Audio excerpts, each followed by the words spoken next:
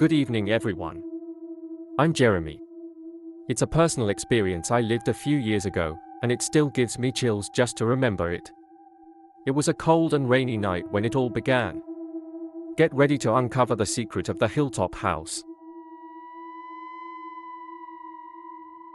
I was spending a few days at the house of an old friend, Rodrigo. He had bought an old property, a huge house at the top of a hill. The house had been built in the late 19th century and had a somber air, almost as if it held ancient secrets within its walls. When I arrived, I was greeted with a warm hug and a hearty dinner. The house was impressive, with high ceilings, large crystal chandeliers, and period furniture. Rodrigo was excited to show me every detail, but there was something in the atmosphere that made me uneasy. It was as if the house was alive, watching us. On the first night, after a dinner filled with good stories and laughter, Rodrigo showed me to my room. It was a spacious room with dark wooden furniture and a large window overlooking the garden. He left me there, wishing me a good night. I was about to turn off the light when I heard a strange sound. It sounded like a whisper, coming from somewhere near the bed. I stood still, trying to hear better, but the sound stopped as abruptly as it started. I thought it could be just the wind, or maybe my imagination playing tricks on me. During the night, I woke up several times with the feeling of being watched. Every time I opened my eyes, I saw only the darkness of the room, except for a small light coming from the hallway through the crack in the door. The next morning, I told Rodrigo about my experience. He laughed and said that the house was rumored to be haunted, but he never believed those stories. I decided to let it go, and we spent the day exploring the property and the surroundings. On the second night, something even stranger happened.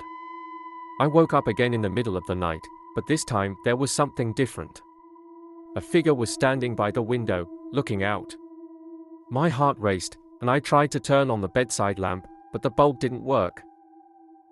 I called for Rodrigo, but there was no response. The figure slowly turned its head towards me, and I felt a chill run down my spine. In an instinctive move, I grabbed my phone and turned on the flashlight, illuminating the room. The figure had disappeared. The next morning, I decided to investigate. I asked Rodrigo if anyone else had been in the house, but he assured me it was just the two of us. He told me, however, a story he had heard from the previous owners. A young woman named Maria had died in the house many years ago under mysterious circumstances. They said she still wandered there, looking for something or someone. Determined to uncover the truth, Rodrigo and I started searching through the old documents of the house. We found a diary that belonged to Maria. In the last pages, she wrote about a secret hidden in the basement, a place we hadn't explored yet. We went down to the basement that same night. The place was damp and dark, with a musty smell filling the air. We used our flashlights to light the way. At the back of the basement, we found a small door hidden behind old boxes. With some effort, we managed to open the door. Inside, there was a small room, almost like a cell. In the center of the room, there was an old wooden box. Inside the box, we found a series of letters and a strange artifact, seemingly made of an unknown metal, with inscriptions that did not belong to any human language. The letters revealed a secret romance between Maria and a man whose name was not mentioned. They planned to run away together, but something went wrong. Maria died before she could escape, and her spirit was trapped in the house, guarding the secret of her lost love. The artifact was intriguing and disturbing. When I touched it, I felt a strange energy coursing through my body. Rodrigo and I decided to take the artifact upstairs and study it further. We spent hours researching, but we found nothing that resembled that object. That night, as we tried to sleep, we both had the same nightmare, an apocalyptic vision of our world being consumed by overwhelming darkness, caused by the very artifact. We woke up in a cold sweat and decided we needed to get rid of it.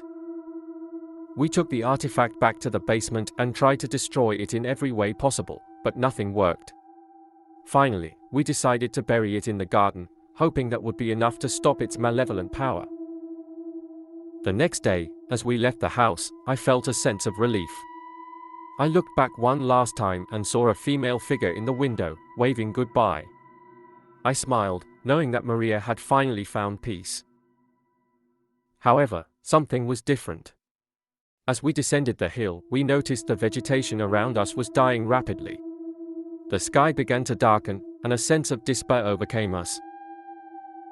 It was then that I realized the true impact of the artifact. Not only was it indestructible, but it was also poisoning the world around it. The most shocking twist? Burying it only accelerated the process.